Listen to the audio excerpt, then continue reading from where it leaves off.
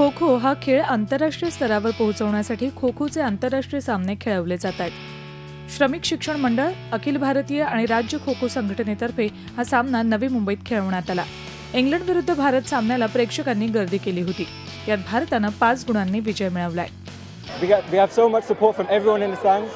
It's been really nice. We've been really well taken care of. The core here is amazing. We come from England. Bridge has been setting up KKF tournaments. He's been doing lots of practice sessions. He's taught us really well how to train like they do in India.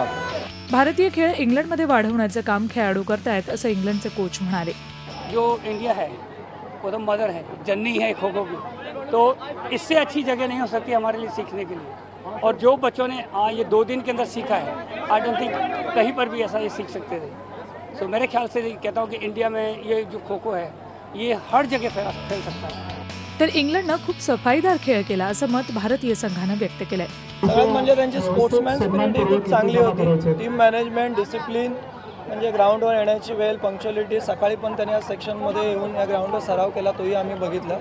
तर यामध्ये ह्या गोष्टी आम्हाला म्हणजे डाएटपासून यांचं सगळं फिजिओपासून proper होतं। या गोष्टी आम्हाला बऱ्याच शिकण्यासारख्या आहेत त्यांच्या।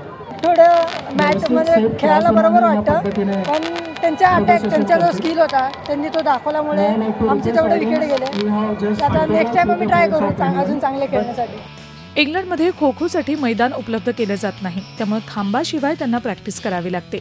अशा परिस्थितीतही हा खेळ आंतरराष्ट्रीय स्तरावर पोहोचवण्यासाठी लवकरच खो खो लीग सुरू करण्यात येईल असं मत खो खो फेडरेशननं व्यक्त केलंय। मला विश्वास आहे की खो खो साता समुद्रापुढे अधिक सर्व देशांमध्ये जाण्याकरता आणि आपल्या देशामधल्या लोकांना इंग्लंडमध्ये सुद्धा खो खो खेळला जातो याची निश्चितपणे कल्पना येईल आणि खो खो खेळ जास्त वाढेल।